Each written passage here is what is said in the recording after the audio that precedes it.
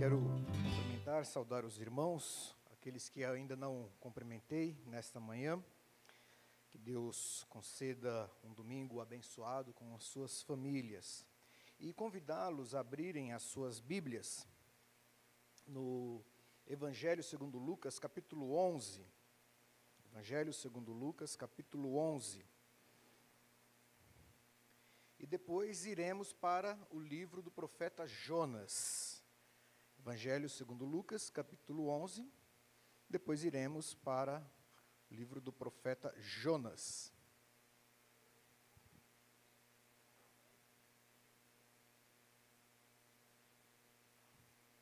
Versículo 29. Capítulo 11, Evangelho segundo Lucas. Está escrito na palavra de Deus: visto que aumentavam as multidões em volta dele, Jesus começou a dizer... eu estou lendo na Nova Almeida e Atualizada. A maioria dos irmãos usam a Revista e Atualizada. Essa é uma versão da Revista e Atualizada, uma tradução um pouco mais contemporânea. Visto que aumentavam as multidões em volta dele, Jesus começou a dizer: esta é uma geração perversa, pede sinal, mas nenhum sinal lhe será dado senão o de Jonas, porque assim como Jonas foi sinal para os ninivitas, o Filho do Homem o será para esta geração. E aí os irmãos podem deixar as suas Bíblias abertas no livro de Jonas. Não farei a leitura, apenas alguns destaques em alguns versículos, no livro que é um livro pequeno, 4 capítulos apenas. Quem não leu, dou essa sugestão, hoje à tarde, tome um momento ali e faça a leitura. É um dos livros que segue uma estrutura diferente dos demais livros proféticos do Antigo Testamento. O livro Jonas, ele é um profeta no meio do povo de Israel, mas é o único relato que nós temos de um profeta em que Deus manda sair dali de Israel e ir para uma outra cidade pregar. A gente não vê isso em outros profetas. Nós temos Ezequiel e Daniel, que foram profetas no cativeiro, mas eles não foram mandados pregar naquela cidade, no caso na Babilônia. Mas Jonas sim, o Senhor manda que ele saia da sua cidade e ele vá a uma cidade chamada Nínive. E Jesus Cristo, ele toma Jonas como um exemplo, e quando nos outros evangelhos diz que escribas e fariseus, e em Lucas diz, e esta geração perversa, então vejam, Jesus ele coloca ali, escribas, fariseus, geração perversa, no mesmo contexto, e diz, essa geração perversa pede um sinal, mas nenhum sinal será dado, a não ser Jonas. Como Jonas foi um sinal para os ninivitas, eu sou o sinal para vocês. E, por vezes, nós queremos exatamente isso, né? As pessoas querem que Cristo, ele prove alguma coisa, que o Evangelho prove alguma coisa, que seja merecedor da nossa atenção. Me mostre que você vale a pena eu lhe ouvir. Me mostre que isto vale a pena eu parar e dar um pouco de atenção. Me dê prova de que isso funciona. Me dê provas de que este é o caminho. Me dê provas que é por aqui mesmo, que o que você está falando é verdade. E mesmo Jesus realizando todos os milagres, mesmo Jesus Cristo tendo o seu ministério confirmado por atos de poder, por curas, por maravilhas, pela sua pregação, aquela geração ainda queria uma prova, e Jesus, num determinado momento, ele diz, não tem mais prova nenhuma. Não precisa de prova nenhuma. Olhem para a vida de Jonas. Porque haverá um dia em que os ninivitas, Nínive foi a cidade para onde Jonas foi, se levantará e testemunhará contra vocês, porque ouviram a pregação de Jonas, e está aqui quem é maior do que Jonas, e vocês não me ouvem. E aí, quando nós olhamos para o livro de Jonas, a pergunta é: quais são as evidências que nós olhamos nesse relato, nessa trajetória, nesse tão pequeno livro, que mostra realmente Jonas como um sinal de Deus para os ninivitas? E a história, ela é relativamente simples. Deus, ele chama a Jonas e diz: vá à grande cidade de Nínive, pregue contra ela, porque a sua maldade subiu até a minha presença. E aí Jonas, ele, ao invés de ir para Nínive, ele vai para Tarsis, ele embarca em Jope para Tarsis. No meio do trajeto há uma tempestade. Os marinheiros começam a ficarem apavorados com aquela tempestade, começam a aliviar a carga do barco. Jonas, ele dormia profundamente, o sono da fuga, e o capitão do navio diz: você não está vendo o que está acontecendo? Estamos prestes a morrer, você consegue dormir profundamente no meio desse caos? Era o sono da fuga. E aí Jonas, ele diz: essa tempestade é por minha causa. Jogam ele no mar, vem um grande peixe, engole Jonas. Jonas faz uma oração no ventre do peixe. 3 dias depois, Jonas, ele é vomitado na praia. Jonas fica durante 3 dias percorrendo a cidade e pregando. Aquela cidade toda se arrepende. Jonas, ele não fica conformado com o arrependimento daquela cidade, porque na verdade ele queria era que aquela cidade fosse destruída, porque os ninivitas, que era a capital da Assíria, e Nínive hoje é a cidade de Mossul, no Iraque, eram um povo inimigo do povo de Israel. Ele fica de longe para ver o que vai acontecer, porque ainda ele tinha a expectativa de que Deus destruísse aquela cidade. Deus, ele não destrói a cidade, ele faz com que cresça uma planta onde ele estava ali acampado, onde ele estava ali em observação. Depois manda um verme, o verme come a planta ela morre. Deus manda um vento quente, como diz o texto, nós veremos.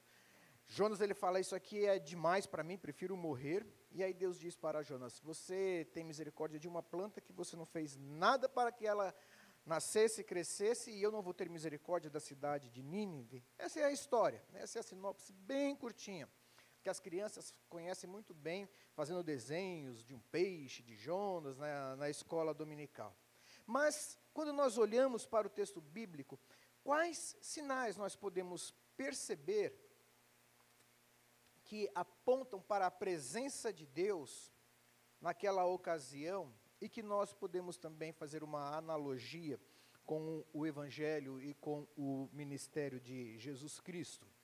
O centro principal deste sinal é que Jonas passou 3 dias e 3 noites nas profundezas da morte, e ele foi trazido novamente à vida, na morte figuradamente, foi trazido novamente à vida, e assim também seria com o Senhor Jesus Cristo. Mas o livro como um todo aponta Jonas como esse sinal. Então, o primeiro, e eu quero fazer apenas uns breves destaques: nada foge da presença de Deus. Nada foge da presença de Deus. Para o bem e para o mal, nada escapa da presença de Deus.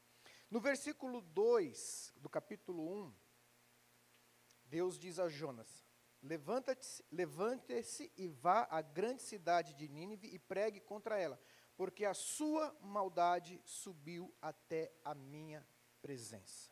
A sua maldade subiu até a minha presença. Jonas se levantou, mas para fugir da presença do Senhor. Ele imaginava que poderia fugir da presença do Senhor. E no versículo 10, quando perguntam os marinheiros a Jonas o que ele havia feito, pois aqueles homens sabiam que Jonas estava fugindo, lhes havia dado. E aí no capítulo 2, lá no versículo 4, Jonas, no ventre do grande peixe, disse: então eu disse, estou excluído da tua presença. Será que tornarei a ver o teu santo templo?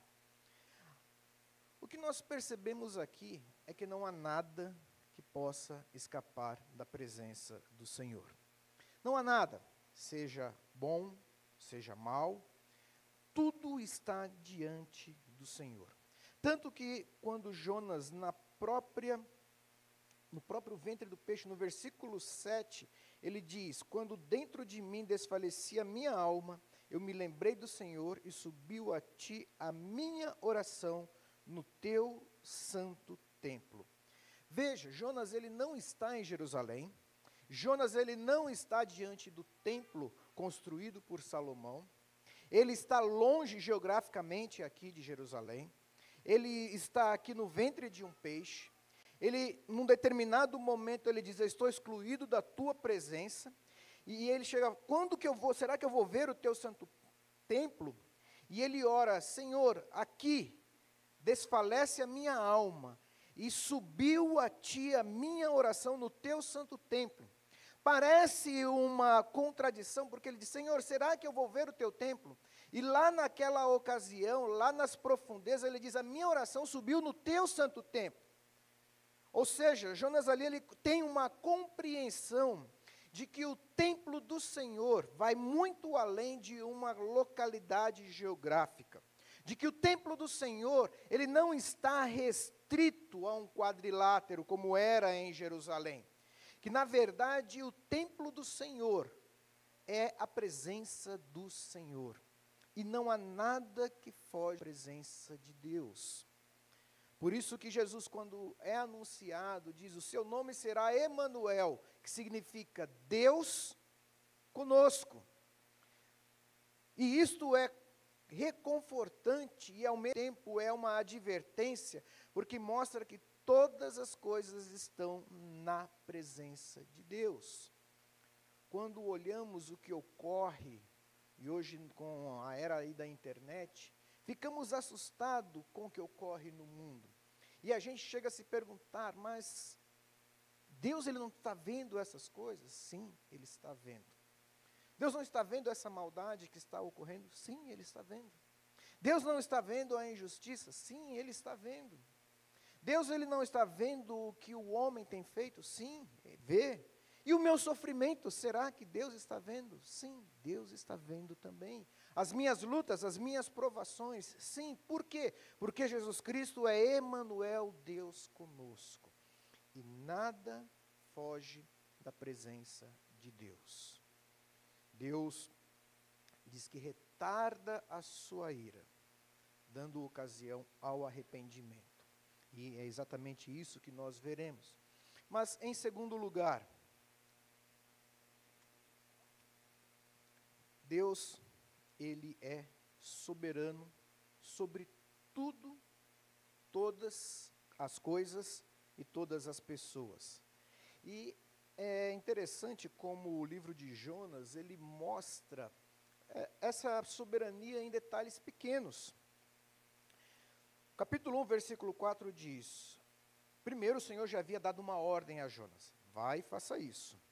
Depois no versículo 4, o Senhor lançou sobre o mar um forte vento. Vejam, sabemos que há tempestades no mar constantemente, mas mesmo sendo algo corriqueiro, sendo algo da natureza, sendo algo que nós podemos explicar esses fenômenos meteorológicos, o texto diz: o Senhor lançou sobre o mar um forte vento. Se continuarmos um pouco mais, no versículo 17 diz: o Senhor ordenou que um grande peixe engolisse Jonas. Não vou entrar aqui nos detalhes de que peixe era, mas diz: o Senhor ordenou que um grande peixe engolisse Jonas. Depois, lá no capítulo 4,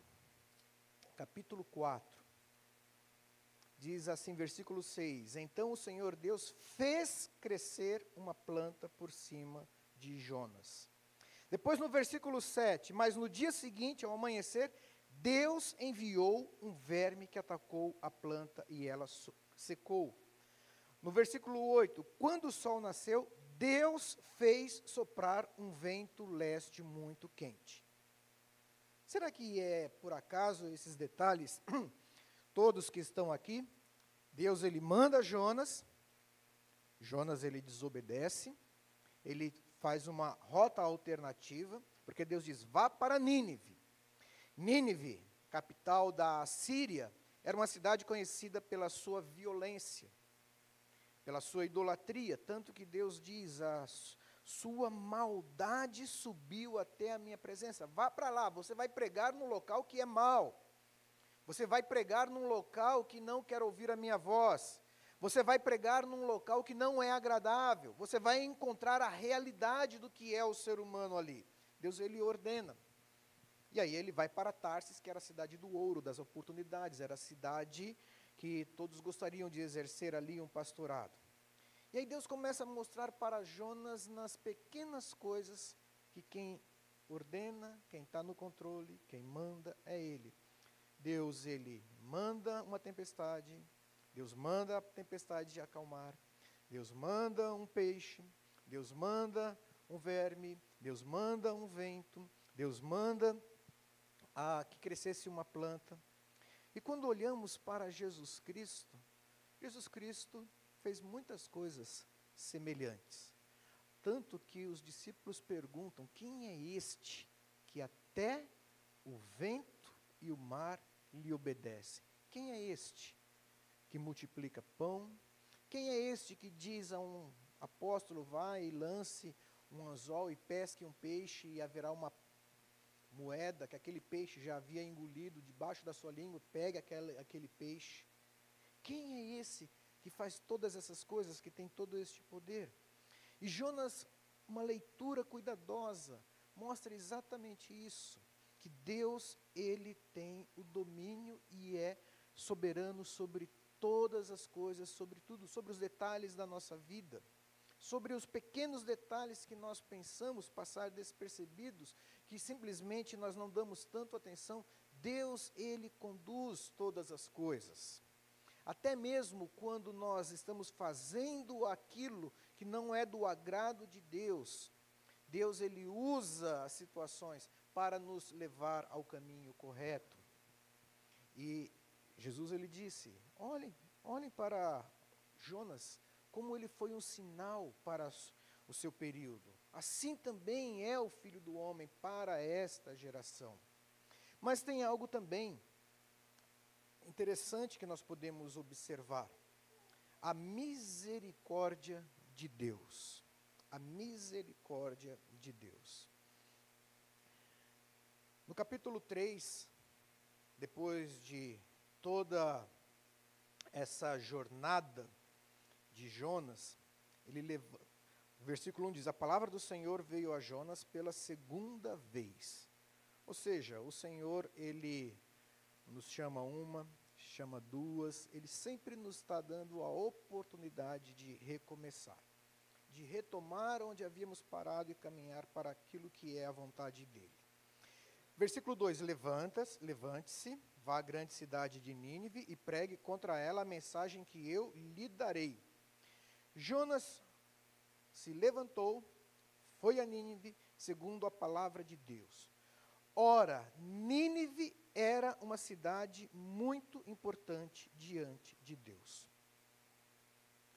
Se era uma cidade cuja maldade havia subido à presença do Senhor, e a pregação era que se eles não se arrependessem, o Senhor destruiria aquela cidade, como que o texto diz que aquela cidade era muito importante diante de Deus? Que é exatamente isso, nós veremos no final, que realmente era uma cidade importante diante de Deus. Mas era uma cidade importante diante de Deus por causa do seu tamanho, poder bélico, riqueza, alguma coisa assim? Não. Nós veremos que não era essa a importância que Deus dava àquela cidade. E isso abre um pouco os nossos olhos, coisa que os judeus tiveram dificuldade nos dias de Jesus. Era exatamente essa misericórdia e esse amor de Deus que está além das fronteiras dos nossos próprios olhos. Porque os judeus, desde o primeiro dia de vida até o último dia, eles escutavam dizer, nós somos o povo de Deus. Deus fez uma aliança conosco. Nós somos filhos de Abraão. Aliás, foram isso que falaram para João Batista, pregando o arrependimento. Mas por que arrependimento? Nós somos filhos de Abraão. O próprio templo em Jerusalém tinha um lugar que entrava o sumo sacerdote uma vez por ano, depois o lugar dos sacerdotes, depois o lugar dos homens, depois o lugar das mulheres e depois o pátio dos gentios. E havia separações e muros entre cada uma desses grupos. E Jonas, ele não entendia como que Deus manda eu pregar numa cidade que não é descendência de Abraão, que não faz parte da aliança que o Senhor fez conosco, que é inimigo do nosso povo, que se depender deles, eles irão nos destruir. E essa cidade é muito importante diante de Deus. Essa era a dificuldade que os judeus tinham. Quando Jesus, ele diz a Nicodemos, porque Deus amou o mundo. Para nós isso é uma frase corriqueira e de tão repetida, às vezes não entendemos o significado disto. Mas para um mestre da lei, para um judeu, ouvir Deus amou o mundo era algo muito diferente. Não, Deus amou os judeus. Deus amou o povo de Israel. Deus amou a descendência de Abraão, não o mundo. O mundo não, o mundo se quiser que venha aqui. Como que Deus envia o Filho ao mundo? Não, o Messias é prometido à casa de Israel. Quando Pedro vai pregar na casa de Cornélio, em Jope, e ele não era judeu, os apóstolos, a igreja de Jerusalém, chama Pedro e diz, como é que você entra na casa de alguém que não é? Você pode até ser cristão, mas cristão dentre os judeus. Cristãos, aqueles que seguem o Messias, mas dentre o povo escolhido, não alguém lá de fora. Tanto que Pedro chega na casa de Cornélio e diz, você sabe que não é lícito a um judeu entrar na casa de que não é judeu. No entanto, por conta de uma visão, o Senhor disse que eu não deveria considerar nada impuro. E Nínive era uma cidade muito importante diante de Deus, ainda que o próprio povo de Deus não visse assim. Irmãos, isso nos ensina a olharmos para pessoas e para o mundo de modo diferente. Por que evangelizamos? Porque queremos ver igreja cheia? Ou porque realmente somos constrangidos pelo amor de Deus a levar o evangelho? Ainda que seja a pessoas cuja maldade subiram à presença de Deus. E aliás, por conta exatamente disso, é que essas pessoas precisam ouvir o evangelho. E veja o que ocorre. Depois que Jonas prega, versículo 5, os ninivitas creram em Deus, proclamaram um jejum e vestiram roupa feita de pano de saco, desde o maior até o menor. Aí no versículo 10, diz, Deus viu o que fizeram, como se converteram do seu mau caminho, e Deus mudou de ideia. Em outras traduções diz, e Deus se arrependeu, e Deus voltou atrás.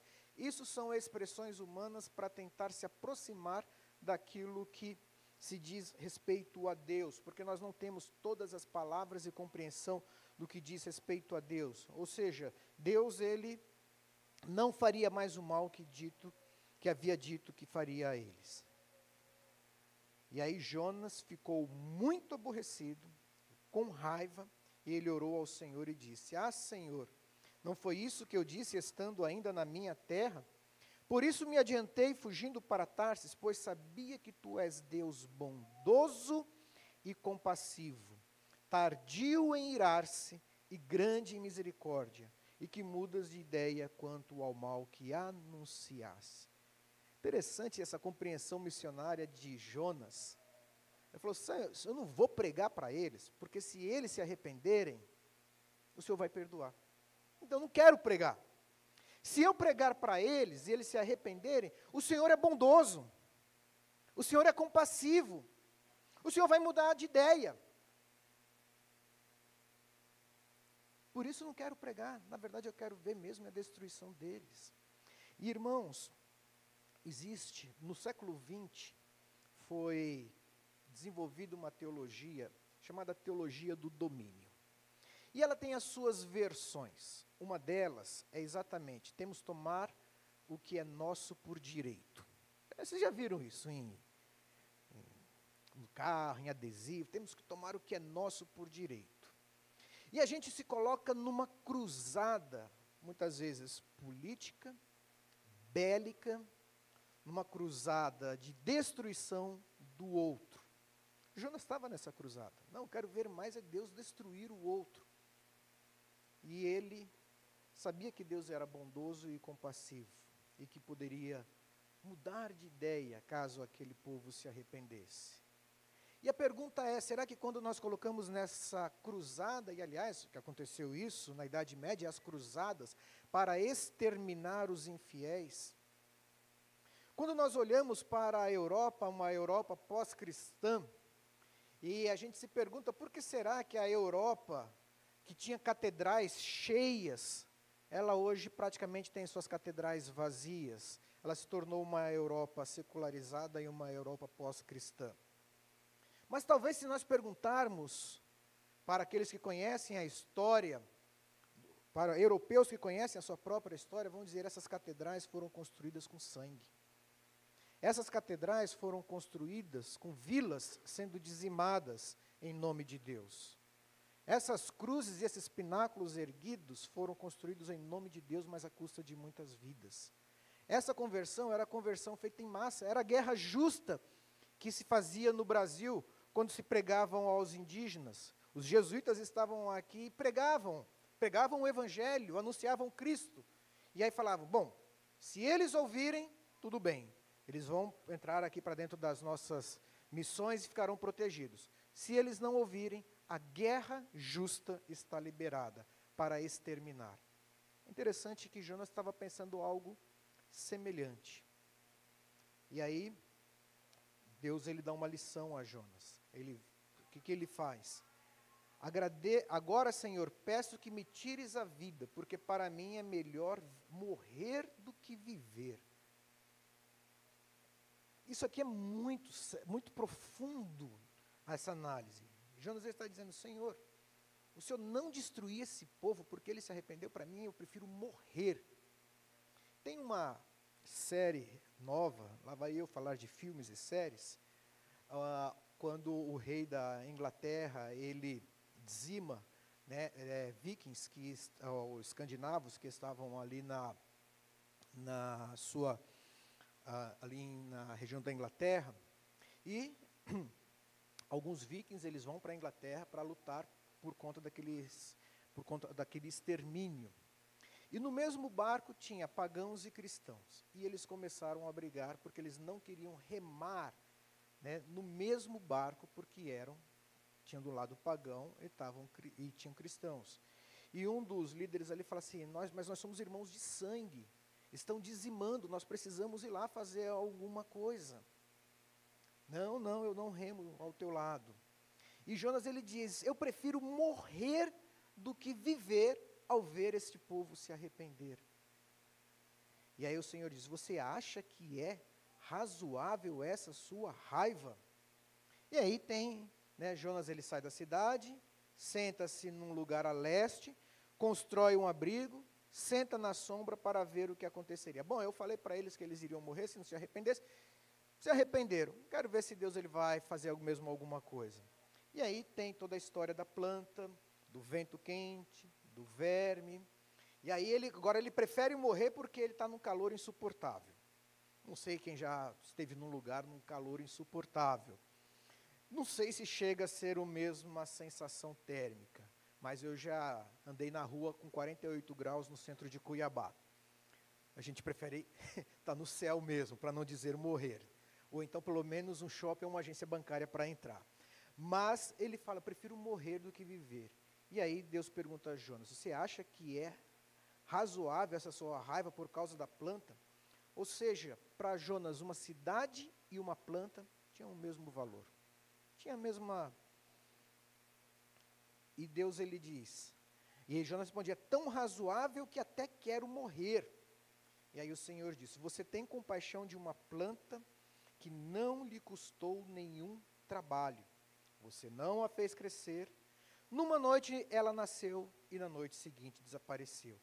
E você não acha que eu deveria ter muito mais compaixão da grande cidade de Nínive, em que há mais de 120.000 pessoas que não sabem distinguir entre a mão direita e a mão esquerda, e também muitos animais? Ou seja, o que Jesus está falando ali para fariseus, para saduceus, para escribas, é exatamente da compaixão. E uma compaixão e uma misericórdia e um amor tão grande que o Pai esteve disposto a oferecer o seu próprio Filho que pagasse no nosso lugar para que houvesse justiça e oportunidade de arrependimento. E eles não entendiam isso. Eles não entendiam a linguagem da compaixão. Eles não entendiam a linguagem da misericórdia. Eles não entendiam a linguagem do amor. Por isso que Jesus ele disse: olhem o sinal de Jonas. Eu não vou dar mais nenhum sinal para vocês. E mais, eu irei me entregar. Ficarei 3 dias no ventre do grande peixe, no ventre da terra, e depois ressuscitarei. Como Jonas também ficou, e depois ele levou uma mensagem. Não sabemos, o texto termina por aqui, não sabemos o que acontece depois com Jonas. Mas por fim, irmãos, qual a nossa atitude ao mundo que nos cerca? É verdade que muitas coisas nos revoltam. Ficamos indignados, olhamos e falamos: meu Deus, mas como isso? O que ocorre? Por que está caminhando desse jeito? Por que essas pessoas estão fazendo isso? Por que esse comportamento? Por quê? E a resposta é exatamente: eles precisam da mensagem que preguem arrependimento. E nos pormos a orar e pregar este arrependimento e este amor. E só para encerrar aqui, 120.000 pessoas e também muitos animais. É interessante que Deus ele se preocupa até com as pequenas criaturas. Até um verme foi mandado por Deus. E quando nós olhamos em Romanos, diz assim que a terra geme e suporta angústias até agora, por conta do pecado humano que submeteu e escravizou, né, toda a criação. No entanto, ela aguarda a redenção para a manifestação da glória dos filhos de Deus. Ela aguarda o dia em que será redimida. A Bíblia nos diz que Deus redimirá não somente a nossa alma, mas redimirá todas as coisas. Por isso que o primeiro que deveria também se preocupar em cuidar das coisas criadas, tá? Então, crianças aí, não peguem o gatinho pelo rabo e fiquem rodando ele no meio da sala. Ah, não fiquem fazendo isso. Não fiquem cortando as orelhas dos cachorros. Não fiquem aí jogando animal na rua, colocando veneno. Não. Não fiquem jogando lixo na rua, que entope e depois causa destruição. Não. Cuidemos das coisas que Deus também criou, porque por elas, diz Deus, também tem compaixão. Pessoas e tudo aquilo que Ele criou. Jonas foi um sinal para a sua época. E o povo de Nínive se converteu. Jesus foi um sinal também para a sua época. E continua sendo um sinal para nós hoje. Que saibamos que tudo está na presença de Deus. Tudo. Que saibamos também que Deus ele é soberano sobre todas as coisas. E também que Deus é um Deus de amor, de misericórdia e de compaixão. E no capítulo 2, no final da oração, Jonas ele termina: ao Senhor pertence a salvação. Não a nós, mas ao Senhor pertence a salvação. Vamos orar. Senhor Pai, o Senhor na sua graça, na sua misericórdia e seu amor nos chamou, tirou-nos das trevas, nos deu vida, abriu os nossos olhos, Nos alcançou quando éramos, ó Pai, mortos em nossos delitos e pecados, e éramos por natureza filhos da ira, éramos inimigos. O Senhor, com a tua graça, nos alcançou, ó Pai, e nos fez um povo exclusivamente seu. Por isso, ó Deus, pedimos que esta compaixão, este amor, esta misericórdia, também se reflita em nossas atitudes, se reflita em nossas ações, em nossos pensamentos, em nossos sentimentos.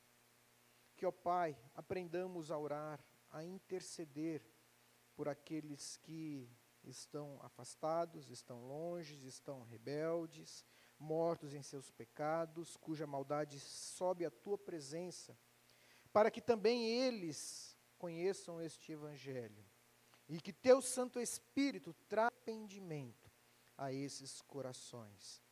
Que olhemos também, ó Pai, para este mundo e para essas pessoas como criação tua, ó Pai, e que precisa dessa redenção.